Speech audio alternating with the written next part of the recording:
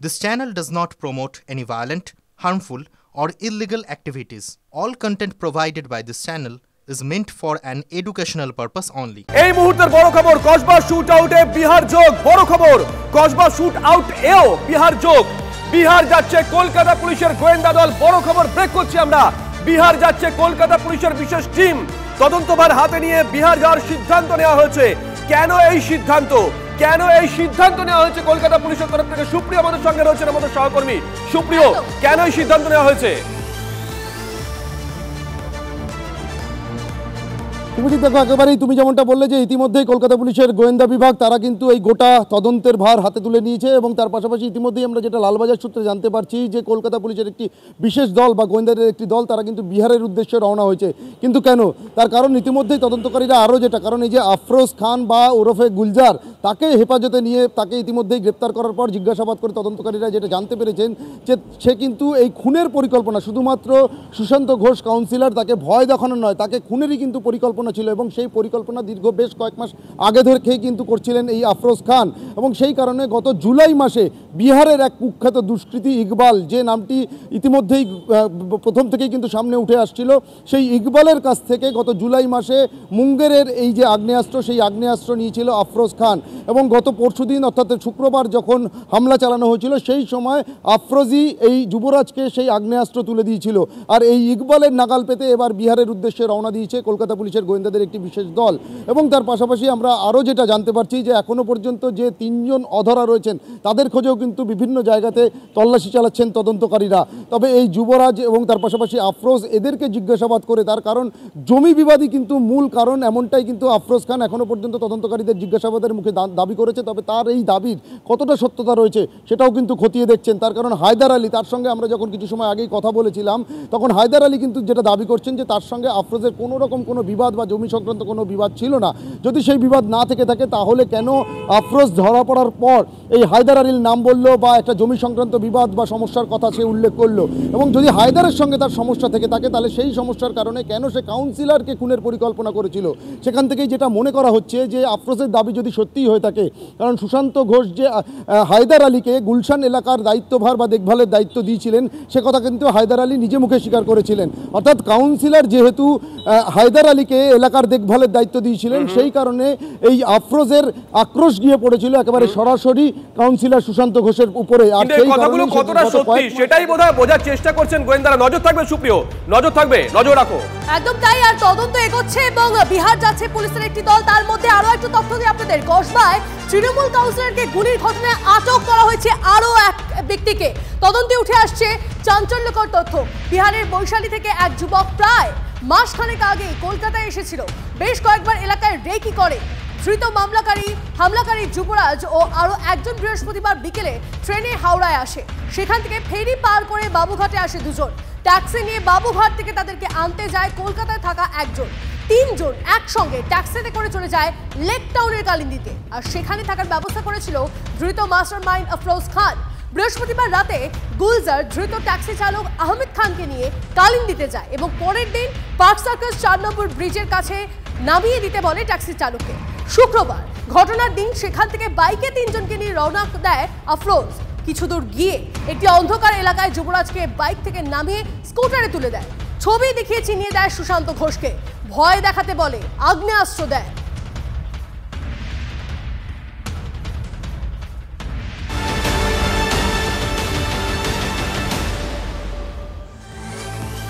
কিন্তু এই হামলাটা কেন তন্নিষ্ঠা? সুশান্ত ঘোষ পরিচিত মুখ, দাপুটে কাউন্সিলর, তার উপরে এই হামলাটা কেন? নেপথ্যে কি রয়েছে? গতকাল যে ধৃত মূল অভিযুক্ত তার একটা বিস্ফোরক দাবি, 2000 স্কোয়ার ফুট জমি সুশান্ত ঘোষ দখল করে রেখেছে, এমনটাই দাবি করে গুলজার ওরফে আফরোজ। এই জায়গাটা জুলকারের কাছ থেকে কিনেছিল গুলজার।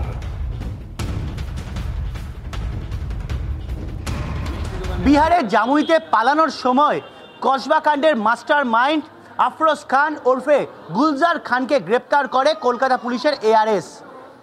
গ্রেপ্তারের সময় সে দাবি করেছিল তার 2000 স্কোয়ার ফুটের জায়গা দখল করে রেখেছে সুশান্ত ঘোষ। সেই জায়গায় পৌঁছলাম আমরা।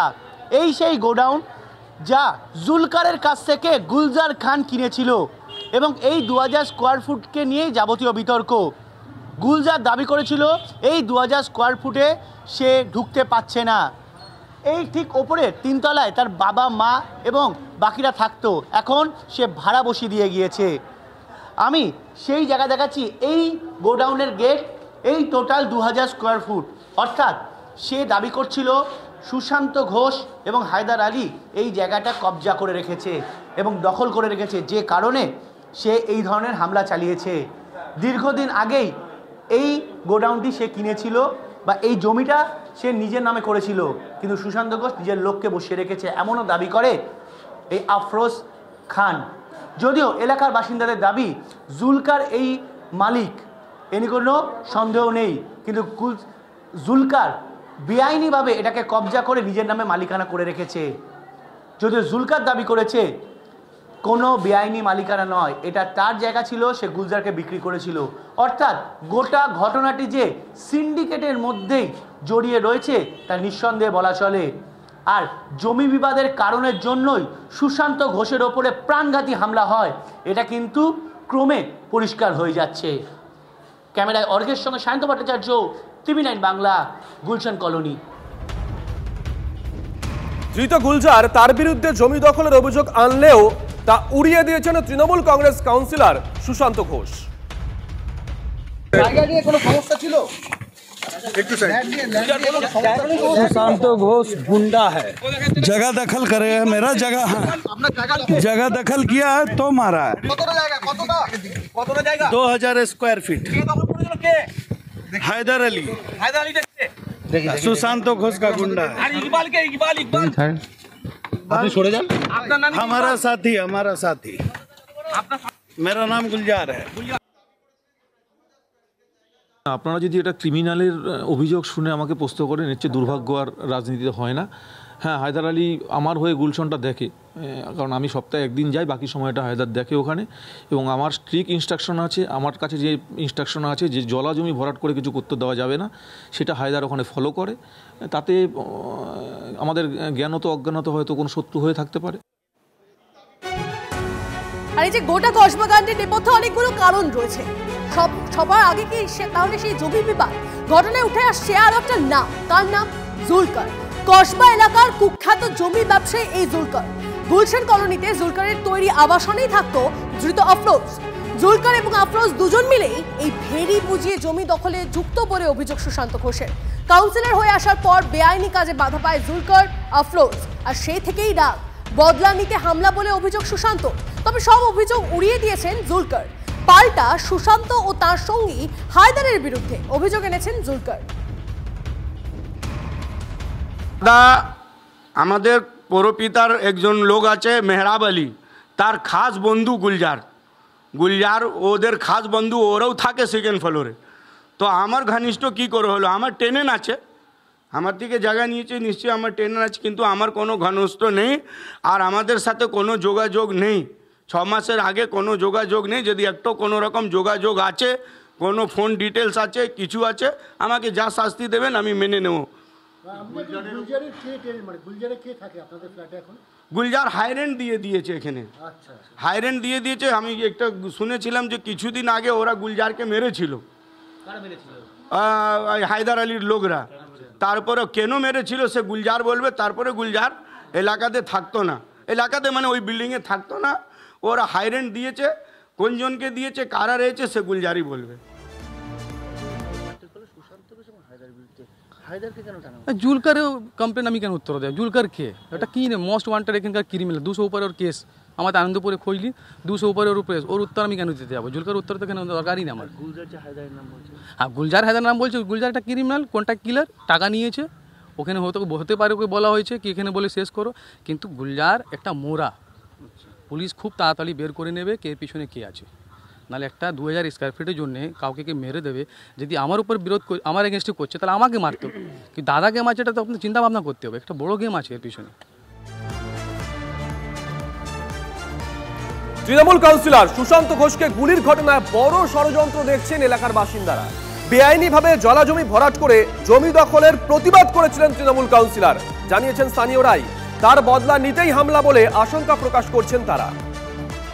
আরে মানে কোনো জমিন নেই, কোনো এরকম 2000 নেই। হায়দার আলী আর কাউন্সিলর ওয়ার্ডের 108 নম্বর ওয়ার্ডের কাউন্সিলর সুশান্ত দার উপরে যে আরোপ লাগানো হচ্ছে, মানে এটা খুব বড় সাজিশ আছে, উপর থেকে আছে। মানে যেরকম আলী ভাই বলেছে কি গুলজার একটু মোহরা, একটু ছোট্ট জিনিস আছে, মানে কাউন্সিলরকে টার্গেট করা মানে এখানে মিটিয়ে দেবে। এই ভেড়ির শ্রমিকরা বিগত 24/6/2024 আমাদের পৌরপিতা সুশান্ত কুমার নির্দেশে এই ভিড়ি ভরাটের বিরুদ্ধে একটা থানায় অভিযোগ করে এবং আমরা এলাকার মানুষ সম্মিলিতভাবে পৌরপিতার নির্দেশ মতো আমরা এই ভিড়ি ভরাটটাকে রুখে দাঁড়াই এবং তারপর থেকেই পরশুদিনের যে ঘটনা, আমরা আজকের দিনে দাঁড়িয়ে হয়তো আমরা মনে করছি যে এই যে সুশান্ত কুমার ঘোষের যে কঠোর অবস্থান এবং জমিয়া মাফিয়াদের বিরুদ্ধে যে রুখে দাঁড়াবার যে অবস্থান, তার ফলেই ওনাকে আজকে টার্গেট করা হচ্ছে এবং প্রাণে মারার জন্য চেষ্টা করা হচ্ছে।